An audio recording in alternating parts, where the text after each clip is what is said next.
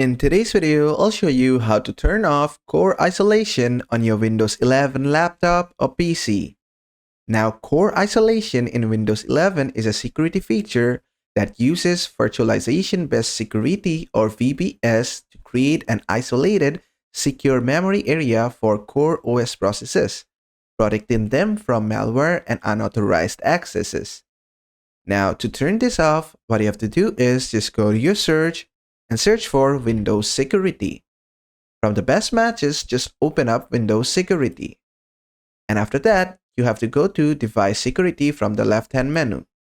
From here, you'll see Core Isolation. Core Isolation helps you keep your driver safe by protecting the Windows kernel. Just click on Core Isolation Details. As you can see, under my Core Isolation Memory Integrity, which says prevent attacks from inserting malicious code into high security processes, is turned on. If I want to turn Core Isolation off, I would have to turn this off.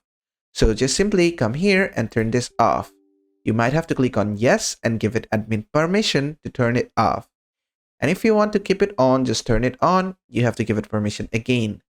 Now it says memory integrity is turned off. Your device may be vulnerable. You can dismiss this. You can also turn off Microsoft Vulnerable Driver Block List.